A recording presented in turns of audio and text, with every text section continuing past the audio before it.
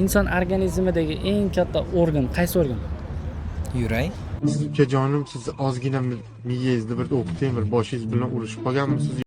Noto'g'ri. Ikkinchi savolimiz Portugaliyaning poytaxti qayer? Parij. Yo'q, noto'g'ri. Inson oyog'ida nechta suyak bor? O'zi ma'no nima? 4 ta.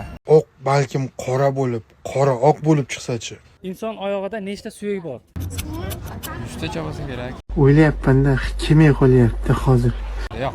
50 ta taxmin. Noto'g'ri. Portugaliyaning poytaxti qaysi shahar? Lissabon. To'g'ri. Dunyodagi eng sho'r dengiz qaysi dengiz? O'lik dengiz. O'li dengiz. O odamlar ham aqlliroq ekan bu yerda. To'g'ri. Javoblar ikkitasiga to'g'ri javob berib, pul chempioni bo'ling. Birdan boshlab 70 gacha bo'lgan raqamni ayting. Ichidan 200 ming so'm chiqishi mumkin, 50 ming so'm chiqishi mumkin, 100 ming so'm chiqishi mumkin, 5 ming so'm chiqishi mumkin. Necha raqam? Menga 5 yoqadi. 5 bo'ldi. Bizni loq deb o'ylaydi bular.